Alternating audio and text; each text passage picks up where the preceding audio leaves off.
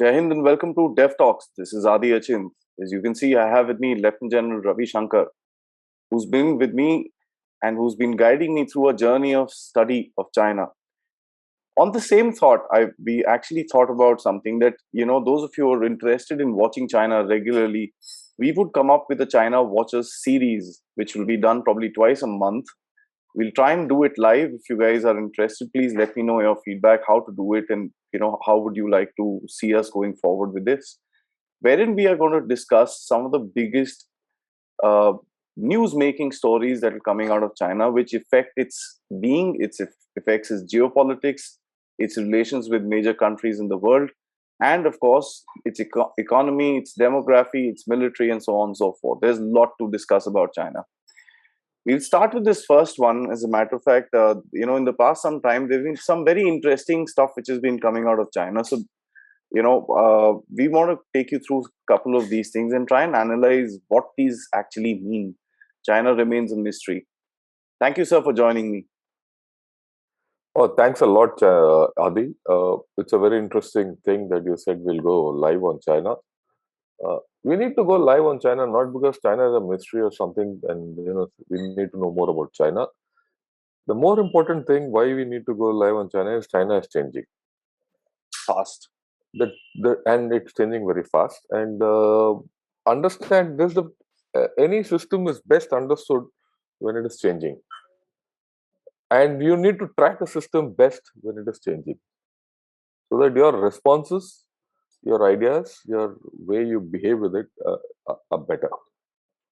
True, And a absolutely. country like China, which is changing so fast, which I never thought would change so fast, is something we need to watch out for. And that is why we need to do China watching.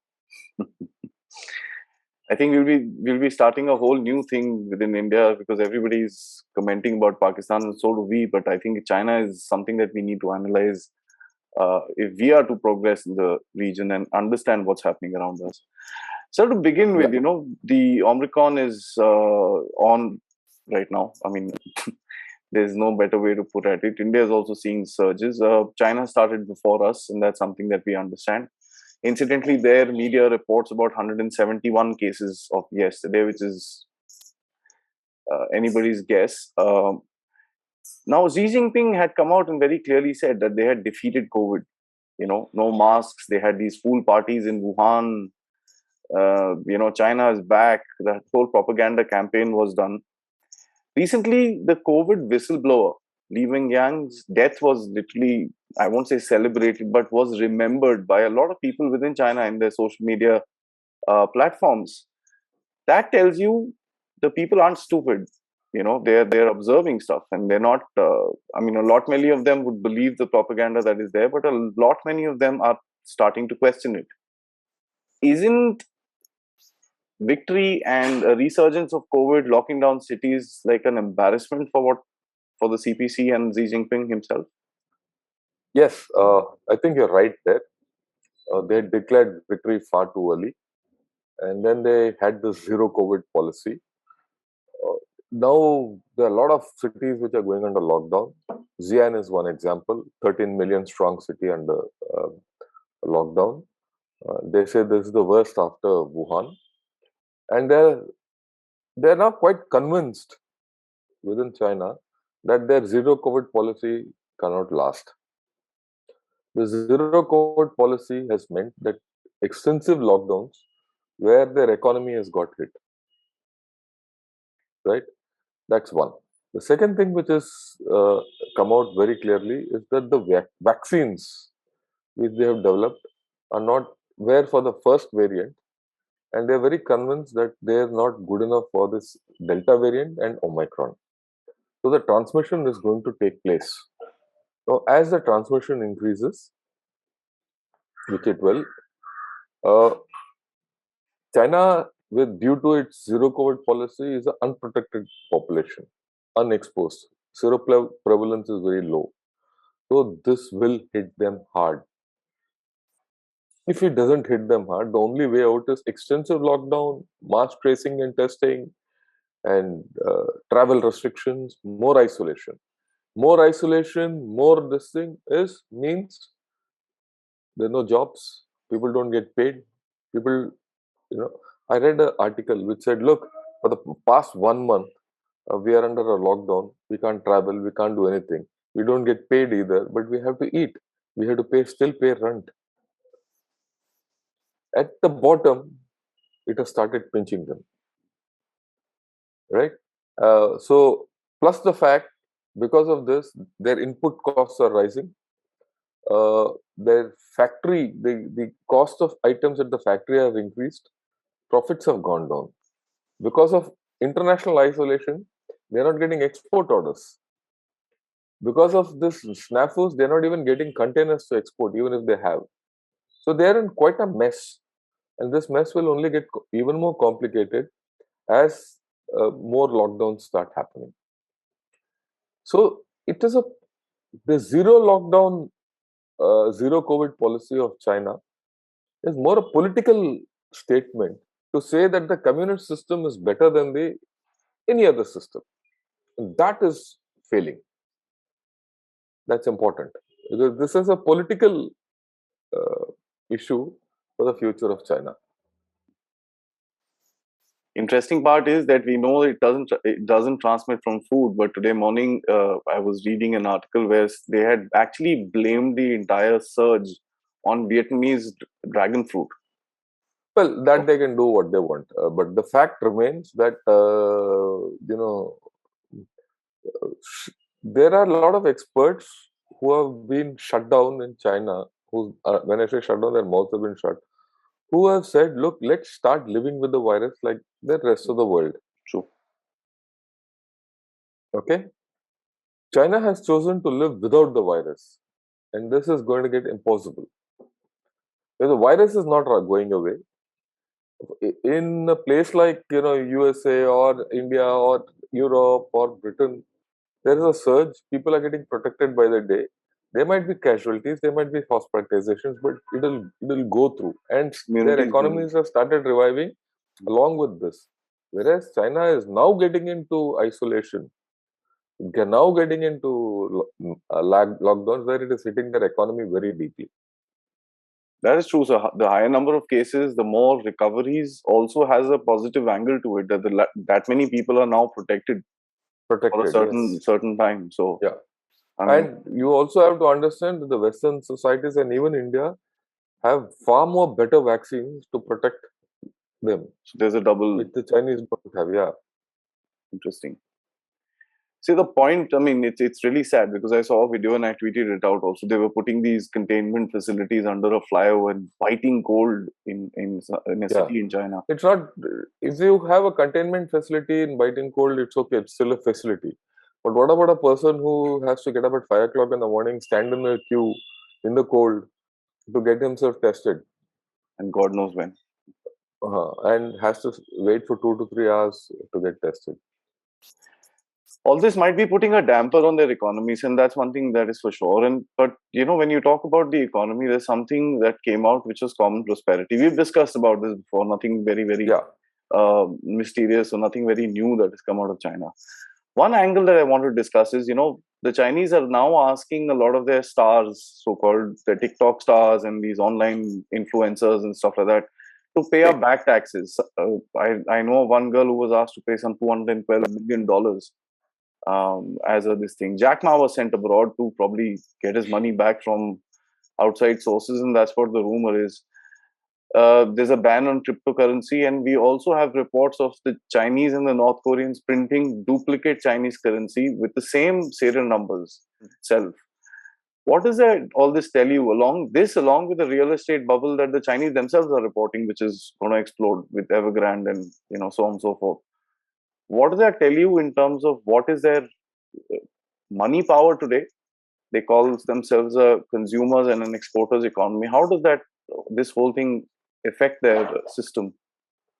See, if you see they track their economy bit by bit, there is a major problem. We've discussed the economy and the hit it's taking because of the COVID. Now just take property. Now this property bubble is there. They built whole lot of ghost cities. Chinese have bought flats in these ghost cities, and these flats are not going to give any return of income. Okay, so that is money badly sunk. The second part of the story is many Chinese have invested in flats, and these flats are with this, the money is with this Evergrande and Kaisa and Fantasia and all these fellows, modern and all this. Now those flats are not going to be delivered, so that is money lost. So it is money badly sunk, locked, or money lost, which means that people are going to get hit at the bottom. Down. Okay, and it is very clear that it is not only property. When the real estate sector goes down, the cement goes down, steel industry goes down, transport goes down, and so many other service sectors goes down. Energy goes down, or cables and copper cables and light fittings and so many things go into making a house and a home. All those get wiped out or get hit. One thing you have to remember is that real estate is 13% of the Chinese GDP. It's a hell of a lot, and many of these firms have lost up to 30% of their valuation. At its peak, the real estate content in the US economy was only 5%. There's no other country which has so much invested in real estate or so much into infrastructure in real estate. So this is going to get hit very badly. People have invested, people are going to lose. Their valuations are going to go down. Allied industries are going to go down. This is going to be a big pain. What the Chinese government is doing is they're trying to see how to, soften the fall. Right? Obviously, there's a problem because their economy is now getting hit badly. And if all what you have said is true, then there seems to be a foreign currency crunch. And if they are printing double, that means they are fooling someone. Right? And if this is true, you will see inflation starting up in China shortly. That is, I mean, what I get from you is basically they don't have much options left in terms Yeah, of. you don't have an option because if the real estate is going down, it's going down. You can't bring it up unless the government steps in and And where do you get 13% of your GDP in 1 year to profit back up? Yeah. It's a bubble. Look, there's a big bubble. Everyone knows that there's a property bubble. The property bubble either has to burst or you have to fill it up with cash, which China doesn't have. They're trying to raise up cash from these small sources. Yeah, and we had also discussed that look, here is a government where within China there's a shortage of cash. Everything is debt financed, and outside they've gone into giving heavy debts into BRI and things like that where they can't retrieve it. And that's also in dollars. So there is a problem. Let's face facts, and that problem is only going to get worse. This is apart from the rampant corruption within the CPC system. Yeah, forget about the corruption. We're not talking of corruption. Look, as far as I'm concerned, from an economic point of view, if there is corruption, it will contribute to your economy. What is a chap who's corrupt, he will spend. He's contributing to the economy. So we are not talking of the corruption part of the thing, right? We are talking of the overall economy and how it's going to get hit. Sure. And what you said is right. There are travel restrictions for people to go out. There are restrictions for people to take money out, and there are a whole lot of things which are happening, and that is why they are also restricting foreign firms from quitting China. It's not only this; they don't want foreign firms to go out. So there is something unusual. Also, Hong Kong, which is now falling as a market itself, has about 40% of China's forex reserves come from there. So people are losing focus towards Hong Kong. So that's going to be a big challenge for them to kind of see. At the end of the day, there's a erosion of trust. in China. People are not sure about China. Even when I cannot trust a system, I cannot trust a country, I will not invest in it if I'm a businessman.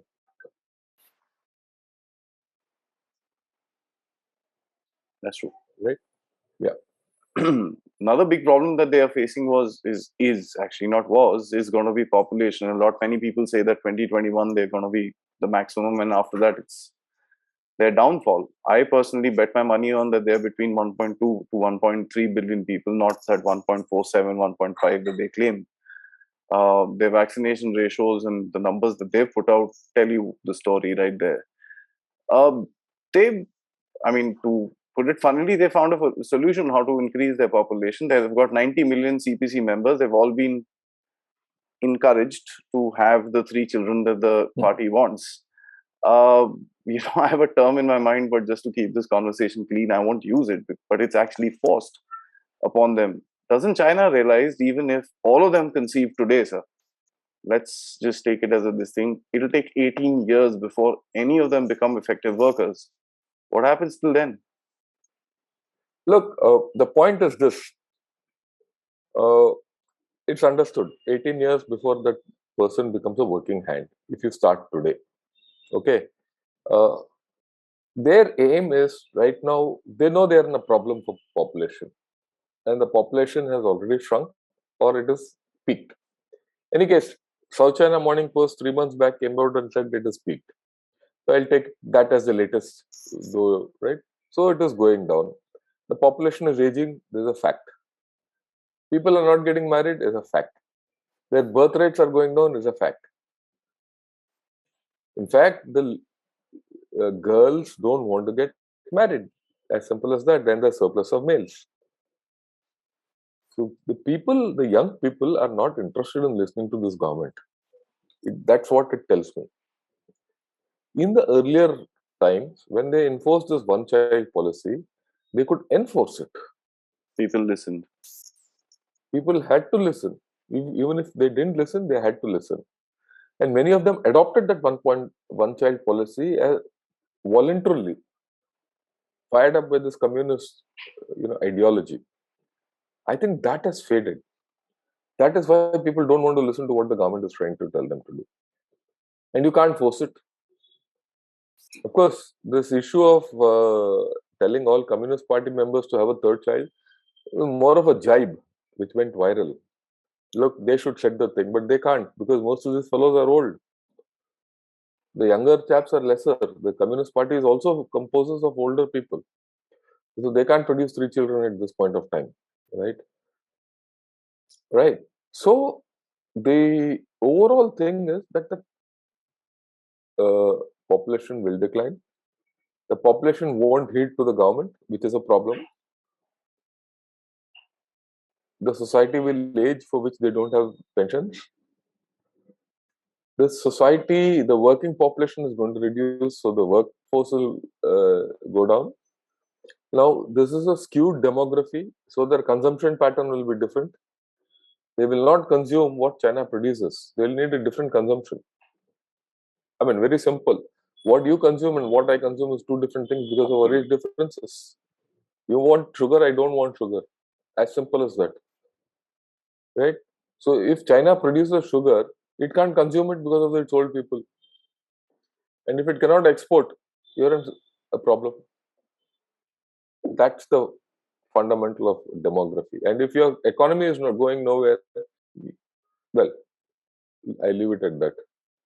Yeah, also connecting to the economy is the same people that have bought those houses, which are kind of failing them. Yeah, they're the same place. And you're telling them to have another child, so that's so they can't have a child, they can't consume, they don't have jobs. It's hit the jobs, and the job market has gone down badly. Right? There are people who are working at half pay and much reduced pay. See, there's a report which came out which said that people are seeking government jobs. When people start seeking government jobs, then there's a problem. If government jobs, low-paying government jobs are the ones which people are getting after, it tells you about that society which side it's heading. It's no more a vibrant society Trust of is, innovation and yeah. No, forget trust. It's no more a vibrant society. See, vibrancy comes through a lot of privatization, big yeah. tech, innovation, creation. You join a bureaucracy, you will become as unimaginative as the bureaucracy is supposed to be. A government job means you want to become a bureaucrat. Safety blanket. Hmm. Safety, yes. We all used to talk about the Chinese gray zone, especially the propaganda part of it. Everybody used to, praise, oh, they're very good and this and that. But the last few things, if you actually look at them, their efforts have been below par. And, I'm not trying to say that anything here and there that we are very good or anything like that, but their efforts have been below par. This whole video that came out, it was rubbished. As a matter of fact, the Galwan graves, there are photographs. You just have to put the Galwan graves. It is viral. It's all over the place. And a lot of people have authenticated them and spoken about them. It's been dusted all over the place. That tells you only one simple thing. And I'm not going to get into the whole Galwan issue and the debate about that. My point of putting it out is fair enough. This was a propaganda video. Those graves came out from somewhere. Somebody's putting that video out from China. Somebody's putting those photographs out from China. Somebody's doing the analysis of these videos that they made with these actors. And this all is coming from China. What does that tell you? Look, China, we know, is always economical with the truth. And it is very, it paints an alternate reality. And that's the fundamental of the communist society, any communist society. When USSR was there, that was the fact. It is here. Even in India, we had communist governments who always painted a picture which was very rosy when it was not. Okay, one. And because of their official sanction of propaganda, propaganda is propaganda. It always portrays something which is not there. And their pre-warfare strategy of lawfare and influence operations and information operations, you will find that all these will start coming out this way. But anything which is based on untruth and propaganda has a point at which it gets exposed. Okay, and thereafter it loses its value.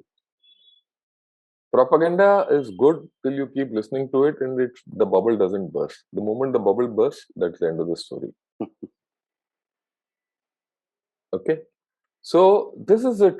This whole business of Galwan, Ye, Wondol, now it has come. After all this nonsense, they use actors to portray the whole thing. They must have shot it somewhere in some film city. So their credibility goes. When that credibility goes, trust also goes. No one trusts. I mean, it's a universal fact that, look, whatever the Chinese come out with, their figures are suspect. Everything is suspect. So that's how it is. I leave it at that. I mean, there's no point in getting into Galwan and what we did there. That we've discussed a number of times. Yeah, of course. But the fact is that that contributes to the lack of trust in China. Even their figures which they come out with, you can't trust them because their analysis is something different. That, yeah, of course, their style and everything is different, and that's kind of been taken up in multiple listings. So one of the things that came out in the mainstream media, I don't know, it was not analyzed as much as it should have been. China holds about 50% supplies of the wheat of the world, and that's a large stock. It also maintains a huge amount of strategic reserves of oil, and that's something that they also put out very clearly. A lot of analysts say that the Chinese are preparing for war. That's the only reason that they're stockpiling so much. Would you agree with something like that? And if yes or no, why, sir? I won't say that. Look, the fact that they're stockpiling is beyond doubt. Okay. The reason why they're stockpiling is also very clear. It's that Malacca dilemma. China is energy deficient and it is food insecure. Fundamentally, China is a resource scarce nation. It needs raw material. It's just a factory. Okay, it doesn't grow enough food for itself. In the past 1 year, I've read at least 15 to 20 articles where Xi Jinping has gone and said, you should grow your own food and become self-sufficient. They're not. They're worried. They're also constantly worried. You don't need to go to war to stock food. What if tomorrow someone blockades China off? That's their worry. Okay. Okay. The other way I look at it is, okay, there is a thing that they have about 60% of the world corn stocks and 50% of wheat and all that. These figures keep coming out.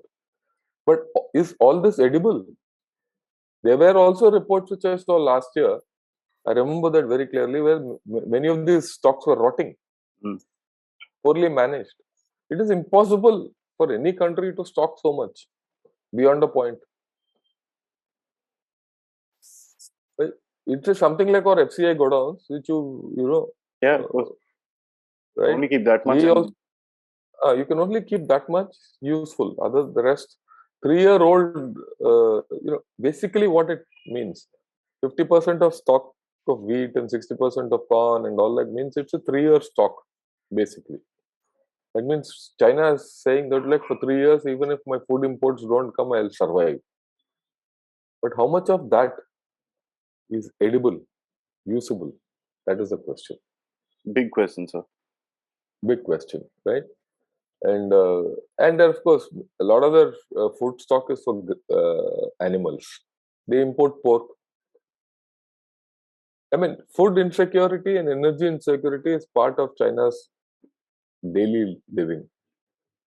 That's true. That's true, sir. Some time ago, there was the former finance minister of China who had come out and said that the reports of the economy must contain realistic figures and pictures, or showcase a realistic picture. And that's something which is very, very different from what we see coming out of China, and especially people who've been in power or are projecting to be in power. There was also this article that was put out, which, by the Communist Party mouthpiece, talking about the achievements of the previous presidents of China and the previous people of the Communist Party of China, but it omitted completely Xi Jinping's name, and that led to a lot of speculation amongst many people who watch China. What do you feel happened here? See, there's slowly, as Xi Jinping, it's coming out. He is more aligned with the Mao way of thinking. Now, many of that means common prosperity, cracking down on big tech, educational tech sectors completely wiped out.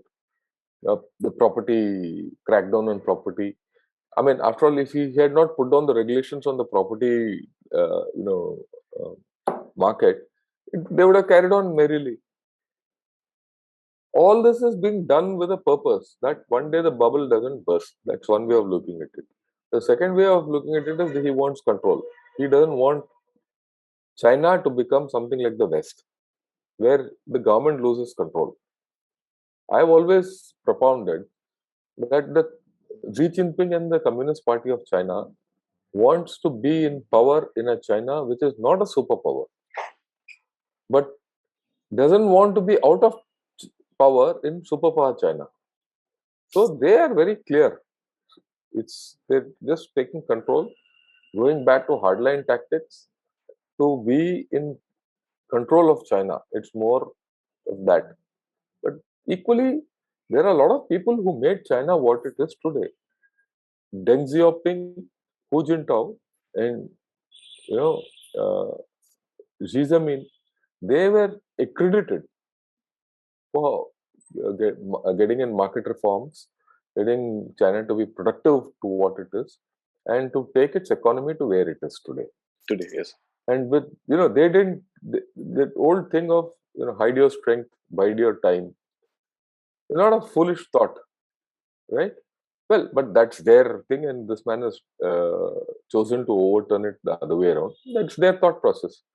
So there is an alternate school of thought which says, look, what all we have created is going down the drain.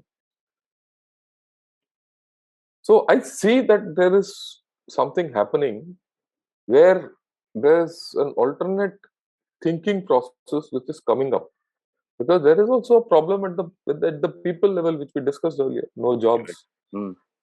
right? COVID You know, lockdowns. COVID lockdown, discomfort, everything. Fundamentally, if there are no jobs, everything is costlier, and you're getting aged, and you're having problems. And on the other hand, there is uh, more controls on the way you live. So there's going to be a problem, and everyone is shunning you. You can't send your children abroad. Whatever money you have has to come back. All these things are happening. So China is changing. So there's the second school of thought which has now started coming up. The point to see is it an alternative to the Xi Jinping Mao?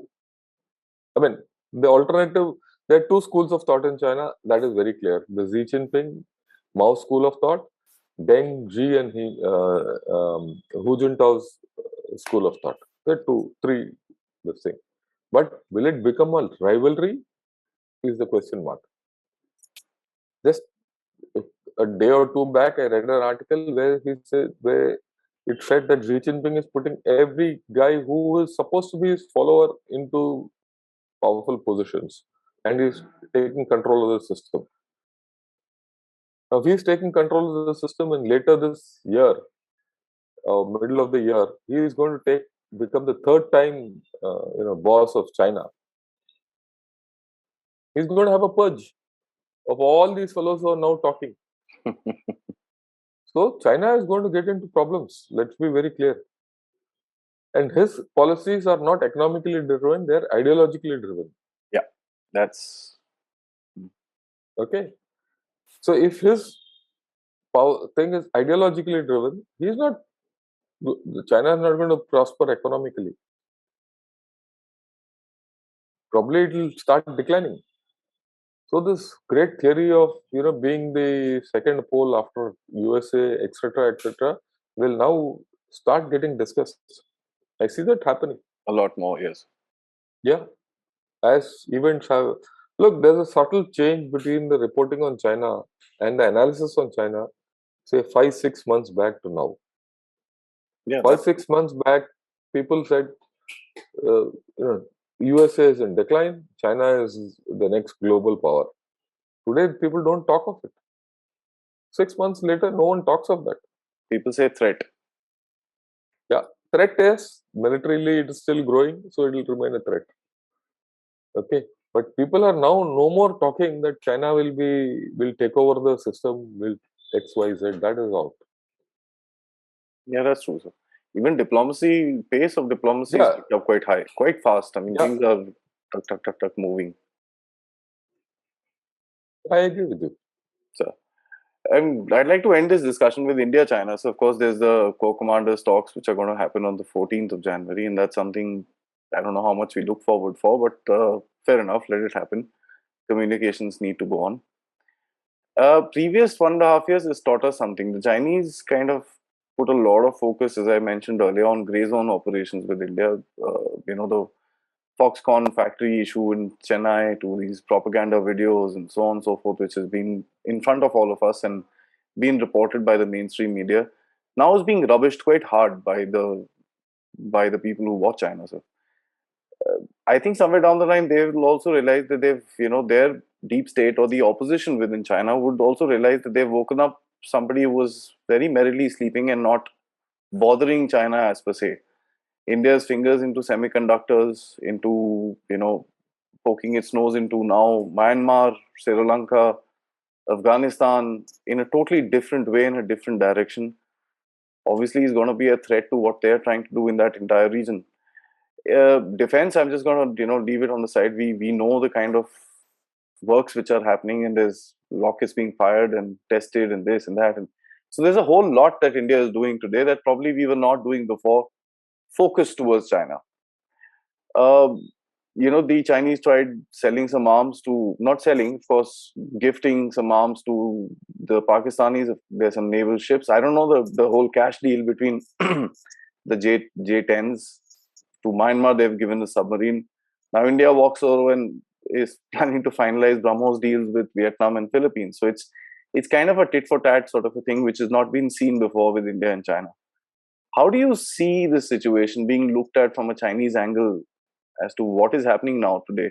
And they're probably starting to feel the heat. I'm not going to say they're threatened by it, but you know, See, one thing for sure, when you talk of China plus one, for a long time, everyone thought China plus one means China with another country will be the, when you start decoupling and things like that, that's the way people are looking at it.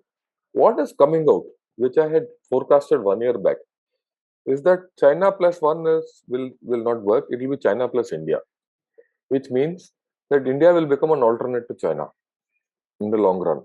Mhm. And India is a democracy, and so it will happen.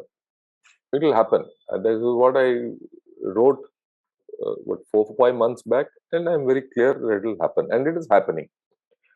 Okay, if your economy is going to grow at 9%, it's going to happen. They also know it. They also always knew that their only competitor can be India or USA. There's no third person who can compete with China. Today, when you see this change happening, they're worried. They will do all this to retain the influence they have. For example, take Sri Lanka. Sri Lanka, for all its dealings with China, debt diplomacy, has ultimately now in its crisis turned to India. Whether you're buying their oil farms or you're giving them a line of credit, everything is from India. Okay. Eventually, this is what will happen with Myanmar also. So they are worried that they're going to lose to India. So how do you stem this? The only way you can stem this is through gray zone operations, through influence operations, through lawfare, and through information operations.